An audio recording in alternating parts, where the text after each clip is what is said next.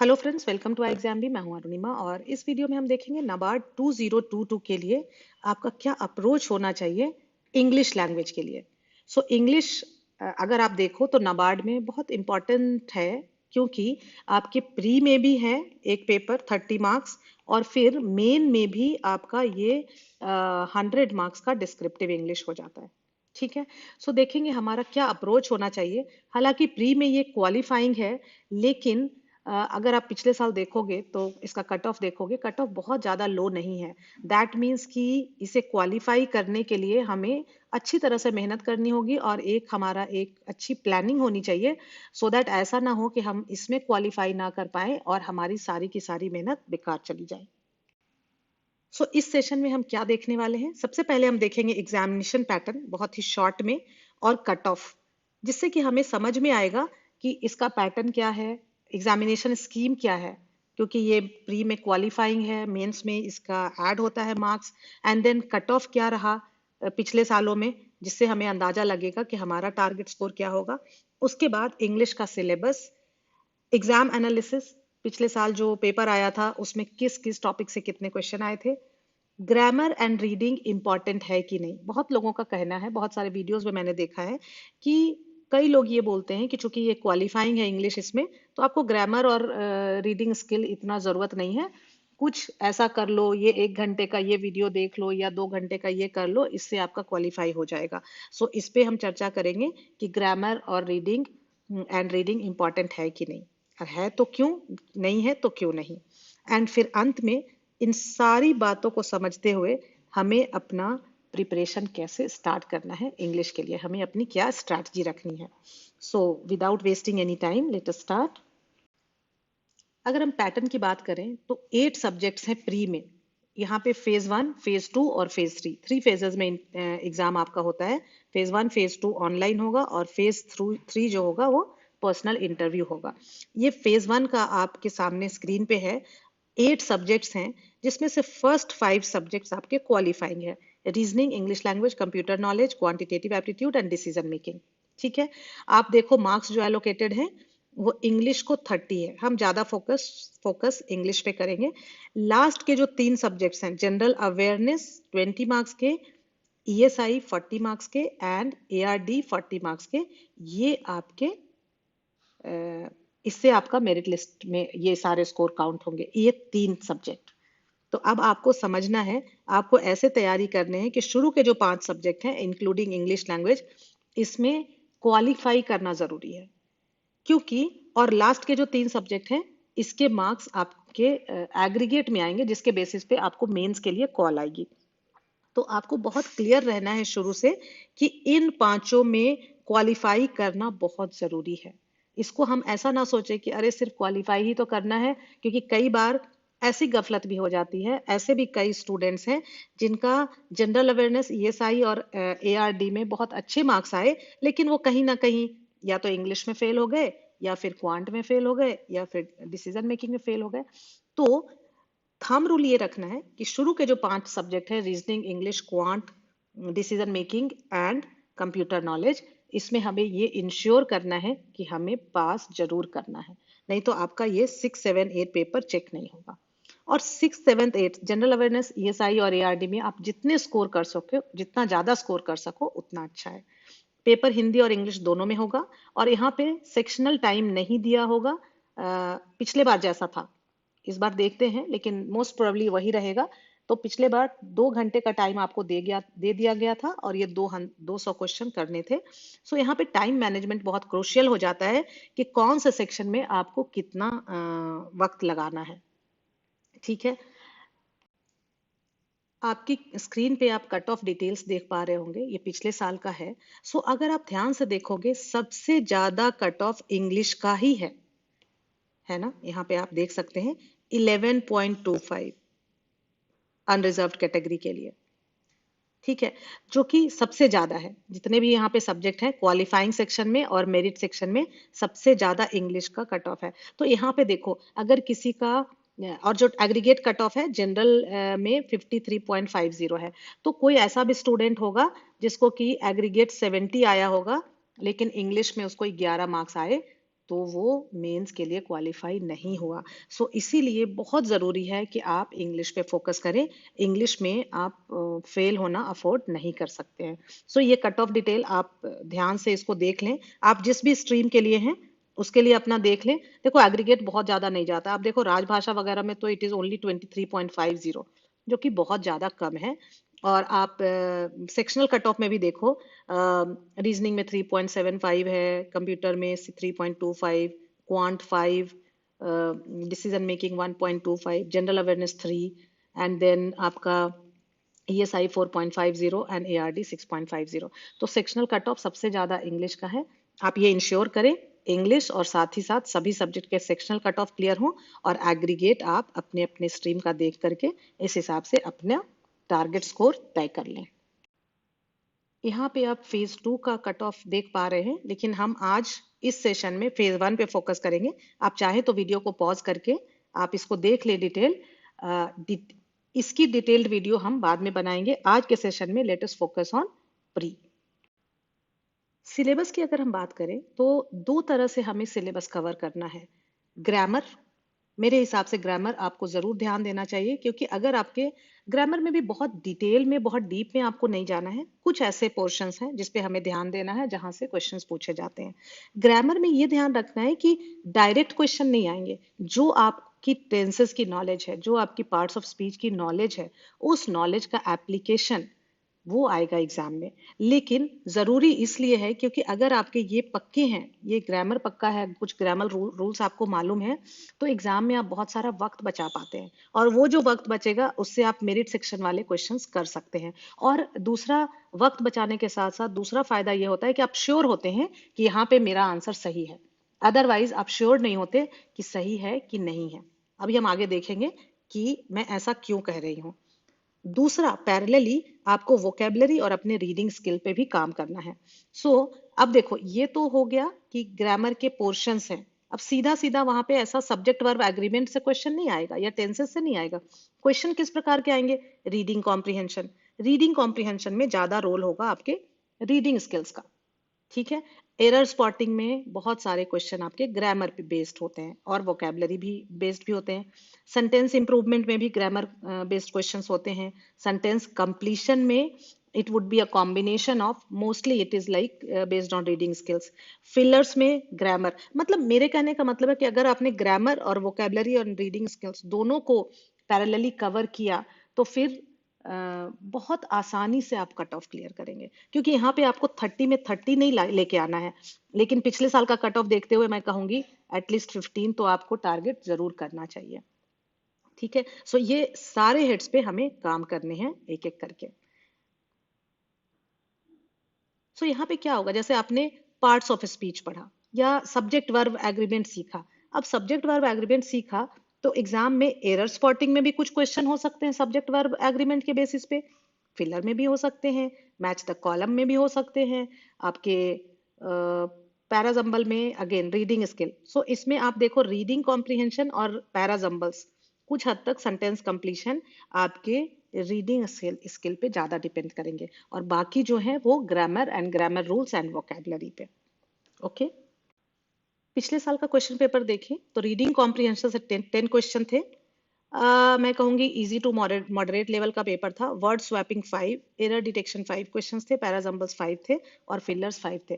Parajumble में भी actually वो पैराग्राफ नहीं था, एक सेंटेंस को ही 3-4 भागों में बांट दिया गया था, और जो पार्ट्स थे वो जम्बल्ड थे। जो फर्स्ट पार्ट था वो फिक्स था और बाकी पार्ट जम्बल थे, और आपको अरेंज करके उसको एक मीनिंगफुल सेंटेंस बनाना था। अब हम देखते हैं कि ग्रामर एंड रीडिंग इंपॉर्टेंट है कि नहीं। इसके पहले जब हम सिलेबस देख रहे थे तो काफी हद तक मैंने ये क्लियर कर दिया कि ग्रामर एंड रीडिंग दोनों बहुत ही जरूरी हैं और पैरेलली हमें दोनों पे काम करना है। फिर एग्जाम जब पास होगा तो हमें एक्चुअली इंग्लिश में कुछ भी मेहनत नहीं करनी पड़ेगी। अगर हम अभी 1 महीने इस पे थोड़ा सा वक्त दे दें, फिर it is going to be really really easy. अब आपके सामने कुछ सेंटेंसेस हैं, एक्चुअली इनके माध्यम से मैं आपको समझाना चाहती हूँ कि क्यों ग्रामर जरूरी है। साथ ही साथ हम पिछले वर्ष में पूछे हुए कुछ क्वेश्चन भी देखेंगे, जिससे कि हमें क्लैरिटी आएगी कि ग्रामर का एप्लीकेशन कैसे होगा और क्यों ग्रामर हमारे इस एग्जाम के लिए जरूरी है। यहाँ पे मैं आपको ये सजेस्ट करूंगी कि आप वीडियो को पॉज करके, ये 5 सेंटेंसेस हैं, इनमें अगर कोई गलती है तो आप उनको ढूंढने का प्रयत्न करें। अगर कोई गलती नहीं है, लिख दें करेक्ट। आप अपने नोटबुक में जॉट डाउन करें। नंबर 1, अगर करेक्ट है लिख दें करेक्ट, करेक्ट नहीं है तो क्या गलती है। ठीक है, वीडियो को पॉज करके आप इन 5 सेंटेंसेस को ध्यान से देखें। आई होप आपने ये एक्सरसाइज कर ली होगी। अब देखते हैं first question, first sentence. The number of women in this village has decreased. So actually this sentence is correct, क्योंकि यहाँ पे विमेन की बात नहीं कर रही है, हो रही है। विमेन है प्लूरल, तो विमेन जो बाद में कहा जा रहा है कि डिक्रीज हो गया, वो क्या डिक्रीज हो गया? विमेन नहीं, विमेन की संख्या। तो यहाँ पे नंबर्स नहीं है, नंबर है, that means this is singular. तो एक्चुअल सब्जेक्ट जो है वो नंबर है, ना कि विमेन। इसीलिए यहाँ पे हैज सही है, और ये सेंटेंस प्रेजेंट परफेक्ट टेंस है, subject plus has plus verb third form. So sentence is correct. Okay, then next sentence is a number of treasurable books destroyed in the fire which broke out yesterday night.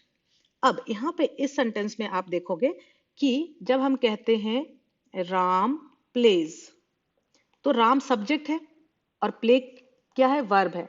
तो राम जो subject है वो क्या कर रहा है, वो जो काम कर रहा है वो यहाँ पे आ जा रहा है प्लेज में, और सब्जेक्ट सिंगुलर है तो प्लेज है। क्लियर? सब्जेक्ट है और वर्ब है। सब्जेक्ट जो काम कर रहा है वो वर्ब दिखा रहा है हमें।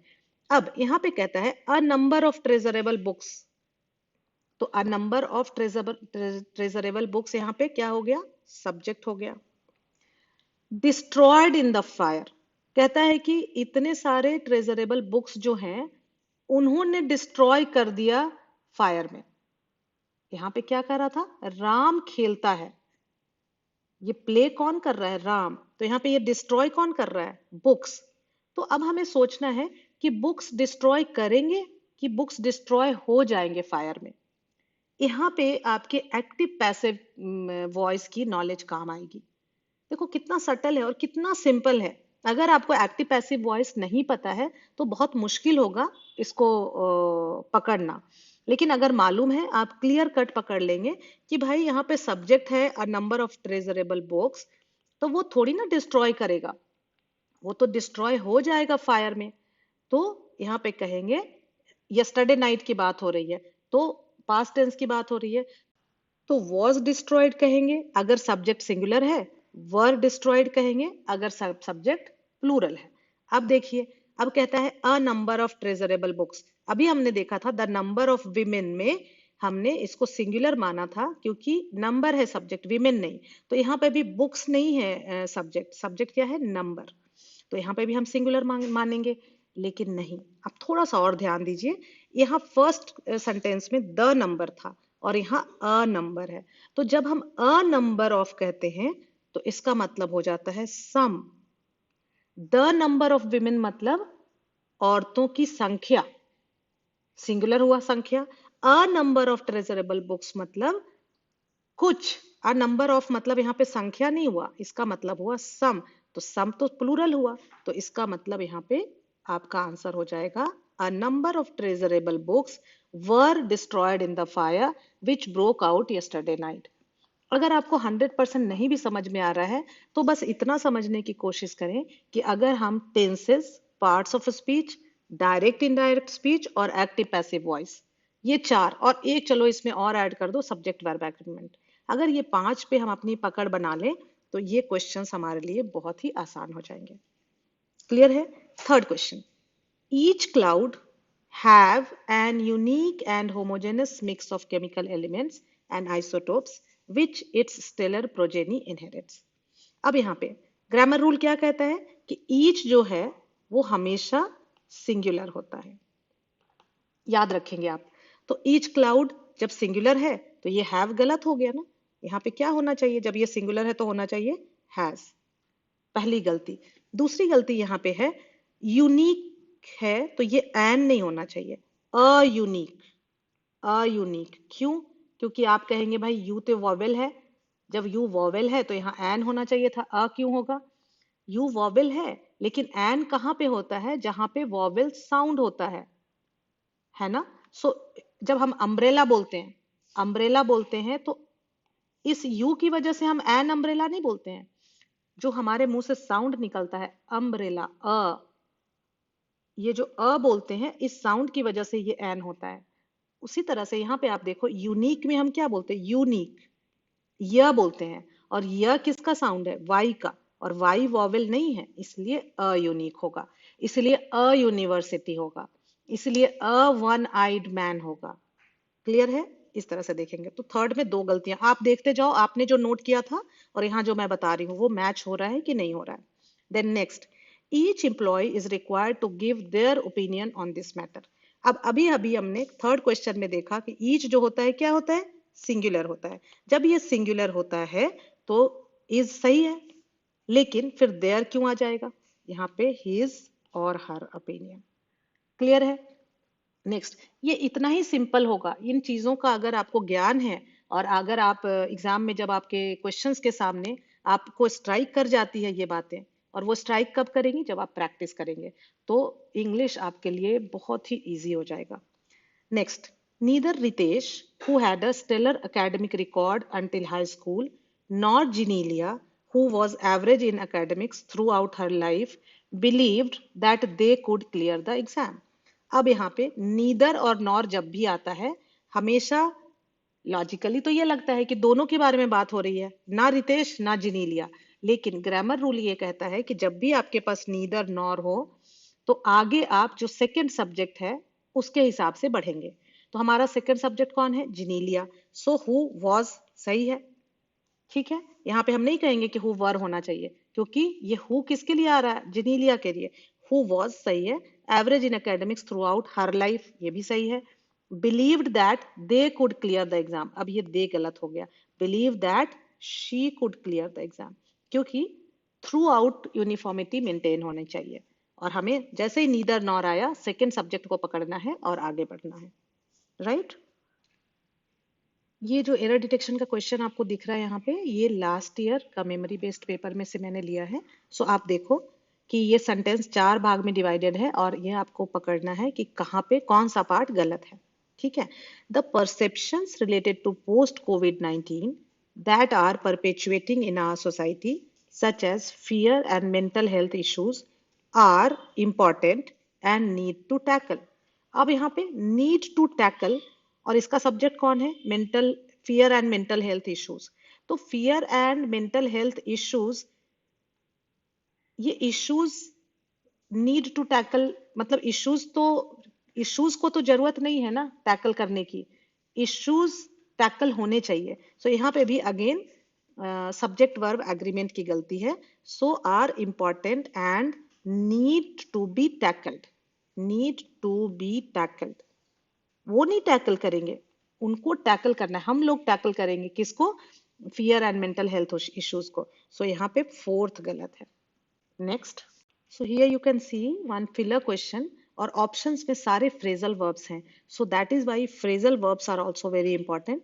तो ऐसा नहीं है कि आपको फ्रेजल वर्ब्स सारे बैठ के रटने हैं। आप ये देखो कि हर दिन जो आप अपनी वोकैबलरी कर रहे हो, इसके लिए हम हमेशा बोलते हैं कि कोई भी एक न्यूज़पेपर का आर्टिकल, आप एक आर्टिकल रोज पढ़ें, और उसमें जो भी आपको नए वर्ड्स, जो नए फ्रेजल वर्ब्स मिलते हैं, उसको आप देखते चले। तो इस तरह से आपकी एक अच्छी रिपॉजिटरी बन जाएगी, और बहुत जल्द, महीने 2 महीने में ही आप देखोगे कि आपकी वोकैबलरी बहुत अच्छी इंक्रीज हो गई, क्योंकि यहाँ पे आप एक कंटेक्स्ट में सीखते हो। सो इसके लिए आप द हिंदू का एडिटोरियल डिस्कशन लगभग लगभग एवरी ऑल्टरनेट डे हम लोग करते हैं अपने चैनल पे, मेन चैनल पे। सो आप उसको फॉलो कर सकते हैं, उस सीरीज को फॉलो कर सकते हैं, क्योंकि उसमें उस कंटेक्स्ट में उन जो डिफिकल्ट वर्ड्स हैं और फ्रेजल वर्ब्स हैं उनको हम डिस्कस करते हैं, तो वो आपके लिए बहुत इजी हो जाता है याद रखना। सो उसका लिंक भी डिस्क्रिप्शन बॉक्स में रहेगा। And I would suggest, strongly recommend कि आप ये जो हिंदू एडिटोरियल डिस्कशन है उसको फॉलो करें। इससे आपको काफ़ी मदद मिलेगी अपनी रीडिंग स्किल इंप्रूव करने में, साथ ही साथ अपनी वोकैबलरी एनहांस करने में। तो आप यहाँ देखो, a few other activists also dash the minister for his lack of sensitivity on the issue and that his understanding of the topic was just theoretical. अब कहते हैं किसी मिनिस्टर ने कुछ कहा होगा किसी बात पे, तो लोगों में चर्चा होने लगी, लोग क्रिटिसाइज करने लगे, तो यहाँ पे कहते हैं कि कुछ एक्टिविस्ट्स ने भी अभी क्या किया, वो ब्लैंक है मिनिस्टर को, किस लिए, for his lack of sensitivity on the issue, मतलब he is not sensitive enough on the issue, उस इशू की जो नजाकत, एक होता है ना कि कोई इशू कितना सेंसिटिव है, उसका उन्हें कोई भान ही नहीं है, और ऐसा भी लगता है कि उस टॉपिक पे उनकी जो अंडरस्टैंडिंग है वो बस थियोरेटिकल है। तो उसके लिए एक्टिविस्ट ने क्या किया, looked out, call out, turned out, broke out. अब यहाँ पे आपको मतलब पता होना चाहिए, ठीक है। अब यहाँ पे लुक्ड आउट का मतलब होता है किसी चीज पे नजर रखना, to watch what is happening and be careful, तो कहते हैं लुक्ड आउट। कॉल्ड आउट का मतलब होता है कि किसी से एक्सप्लेनेशन मांगना, कि भाई आप क्रिटिसाइज करना किसी को किसी बात के लिए और उससे एक्सप्लेनेशन मांगना कि आपने ऐसा क्यों कहा, सो ये यहाँ पे सूट करता है।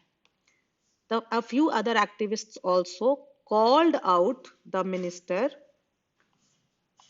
for his lack of sensitivity on the issue and that his understanding of the topic was just theoretical. So second option हो जाएगा। Turned out मतलब होता है कोई भी इवेंट अनएक्सपेक्टेड तरीके से कुछ नया टर्न ले लेना, ठीक है। एंड ब्रोक आउट, यहाँ पे भी कुछ अनप्लेजेंट, कुछ डेंजरस घट जाना अचानक से, तो उसको कहते हैं suddenly broke out something. Okay, so here call out. यहाँ पे आप देखो कि फ्रेजल वर्ब में क्या होता है कि जो वर्ड है ना, उससे उसके मतलब का कोई लॉजिक नहीं रहता, मतलब बिल्कुल अलग होता है, यही होता है फ्रेजल वर्ब। तो फ्रेजल वर्ब्स की भी आपको अच्छी पकड़ होनी चाहिए। ये आपको इस तरह के क्वेश्चंस फिलर एरर डिटेक्शन में भी काम आता है, साथ ही साथ पैराजम्बल या आरसी समझने में भी आपकी मदद करता है। Hundreds have been injured, many dash for life by the powerful bombs that the US says was a complex attack carried out by the Islamic State Khorasan. So कहता है कि काफी हंड्रेड सैकड़ों लोग इंजर्ड हो गए और बहुत सारे लोग क्या हो गए, mimed, make, might, maimed, none of these. सो अब यहाँ पे आपका वोकेबलरी बहुत इंपॉर्टेंट रोल प्ले करता है। अगर आपको मेम का मतलब मालूम है, MAIM, मेम का अगर मतलब मालूम है तो आप इजीली इसको कर पाएंगे। और अगर आप लगातार न्यूज़पेपर पढ़ते रहते हैं, उसमें कम से कम एक एडिटोरियल आर्टिकल, तो कहीं ना कहीं ये वर्ड्स आपको मिल जाते हैं, ठीक है। सो मेम वर्ब है, इसका पास्ट पार्टिसिपल सेकेंड और थर्ड फॉर्म है मेम्ड, दोनों फॉर्म, और इसका मतलब होता है इतनी बुरी तरह हर्ट हो जाना कि आपका कोई ना कोई बॉडी पार्ट या तो काम करना बंद कर दे या फिर आप उसको खो दे, ठीक है। सो कहता है इट्स बॉम्बिंग ने, ये बॉम्ब अटैक्स में हंड्रेड, सैकड़ों लोग इंजर्ड हुए और सैकड़ों लोग क्या हो गए, अपंग हो गए। हिंदी में जिसको बोलेंगे अपंग होना, अपना उनका कोई ना कोई बॉडी पार्ट नहीं काम करने लगा या खो दिया उन्होंने। So maimed is here the correct answer. So यहाँ पे जस्ट पर्पस ये था मुझे इन प्रश्नों को आपको दिखाने का कि आप ये समझ पाए कि आपको पैरेलली आपके ग्रामर पे, अपनी वोकैबलरी पे और अपने रीडिंग स्किल पे काम करना होगा, और बहुत ज्यादा नहीं, अगर आप एक महीना भी फोकस्ड होकर आप करेंगे, फिर आप देखेंगे कि इंग्लिश आपको बहुत ही आसान लगने लगी है, ठीक है। अब तैयारी की शुरुआत कहाँ से करें, तो सबसे पहले मैं कहूंगी जो प्रीवियस ईयर पेपर है वो आप लिखें और उसमें देखें कि इंग्लिश में एज ऑन डेट आज आपको कितना स्कोर आता है। ये जो प्रीवियस ईयर पेपर है आपको आई एग्जाम बी के वेबसाइट पे मिल जाएंगे, और आपको मालूम ही होगा कि आई एग्जाम बी के वेबसाइट पे सारे मॉक टेस्ट फ्री अवेलेबल हैं। तो ये प्रीवियस ईयर पेपर्स भी अवेलेबल हैं, आप जाके उनको लिखें, अपने आप को एसेस करें कि आप कहाँ स्टैंड करते हैं, आपके कितने मार्क्स आए, आप अपने टारगेट स्कोर से कितनी दूर हैं, और आपने जो गलतियां की हैं वो ज्यादातर ग्रामर वाले पोर्शन आपका वीक है कि रीडिंग स्किल वीक है या आपकी वोकैबुलरी वीक है। सो अपने आप को जब आप एसेस करोगे आपको मालूम चलेगा आपके वीक एरियाज कौन है और उन पे आप काम करना शुरू करेंगे। So we always say that with iExamB you can prepare 50% faster, and ऐसा नहीं है कि ये बात सिर्फ हम हवा में कहते हैं। क्यों हम ऐसा कहते हैं कि एक्चुअली जिस तरह से हम लोगों ने अपना कोर्स क्यूरेट किया है और जिस तरह से, जैसे अभी आपको ग्रामर की ही बात बताई, तो ग्रामर जब हम सीखते हैं उसी वक्त हम उसका एप्लीकेशन सीख लेते हैं, उसको हम सेपरेटली नहीं सीखते हैं। तो क्या होता है, उससे आप रिलेट कर पाते हो चीज़ों को और अपना टाइम सेव कर पाते हो, क्योंकि एक्चुअली फाइनल पर्पस तो ये है ना कि आप उन प्रश्नों को सॉल्व कर पाएं जो आपके एग्जाम में पूछा जाएगा। सो जो भी आप पढ़ रहे हैं उसको किस तरह से उससे रिलेट किया जाए। और कोर्स हम लोगों ने इस तरह से क्यूरेट किया है कि जो आपके एग्जामिनेशन पॉइंट ऑफ व्यू से इम्पॉर्टेंट है वही चीज़ें आपके सिलेबस में रखी गई हैं। और short crisp videos, practice notes and practice questions, lots many PDF notes and practice questions के जरिए हम आपकी तैयारी करवाते हैं। साथ ही साथ हर दिन लाइव क्लासेस होती हैं जहाँ पे आप रूबरू अपने फैकल्टी से बातें कर सकते हैं। ये कुछ प्रीवियस ईयर सिलेक्शंस हैं। ये सिलेक्शंस हैं, आप वीडियो को पॉज करके देख सकते हैं। ये हमारी एक्सपर्ट फैकल्टी है। यहाँ पे भी आप देखोगे most of our faculty have actually cleared these competitive exams. So आप वीडियो को पॉज करके यहाँ पे जरूर आप फैकल्टी को देखें, क्योंकि faculty's role is very crucial in curating your course. आपका जो कोर्स है उसको इन फैकल्टी ने ही क्यूरेट किया है। हर चीज किस तरह से होनी चाहिए एक सिस्टमेटिक मैनर में, उसका इन्होंने पूरा ख्याल रखा है। यहाँ पे मैं कहना चाहूंगी कि अगर आप अपनी तैयारी में आई एग्जाम बी की गाइडेंस चाहते हैं, आई एग्जाम बी को अपना भागीदार बनाना चाहते हैं, तो अभी आपके लिए सुनहरा मौका है, क्योंकि अभी आई एग्जाम बी अपने नाबार्ड कोर्सेज पे 50% ऑफ दे रहा है। आप इस कोड का इस्तेमाल कर सकते हैं NAB50। और जो हमारे नए बैचेज शुरू हो रहे हैं वो 31 मई से हो रहे हैं। ये लिमिटेड पीरियड के लिए ऑफर है। If you want to prepare with us, already I have told you that you can prepare 50% faster. We have video lessons, study notes, practice tests, live sessions every day and also interview guidance. अगर आप really serious हैं अपने इस बार के NABARD grade a preparation के लिए, तो मैं आपको कहूंगी कि आपको ज़रूर आई एग्जाम बी कोर्स के लिए इनरोल होना चाहिए। अगर आपकी कोई फर्दर क्वेरी है, आप 9205524028 पे कॉल कर सकते हैं, या फिर आप हमें hello@iexambee.com पे भी लिख सकते हैं। अगर अभी तक आपने चैनल को सब्सक्राइब नहीं किया है, ज़रूर सब्सक्राइब कर लें। और अगर आपको हेल्पफुल लगा तो इस वीडियो को लाइक करें और अपने फ्रेंड्स के साथ शेयर करें। Thank you friends, thanks for watching.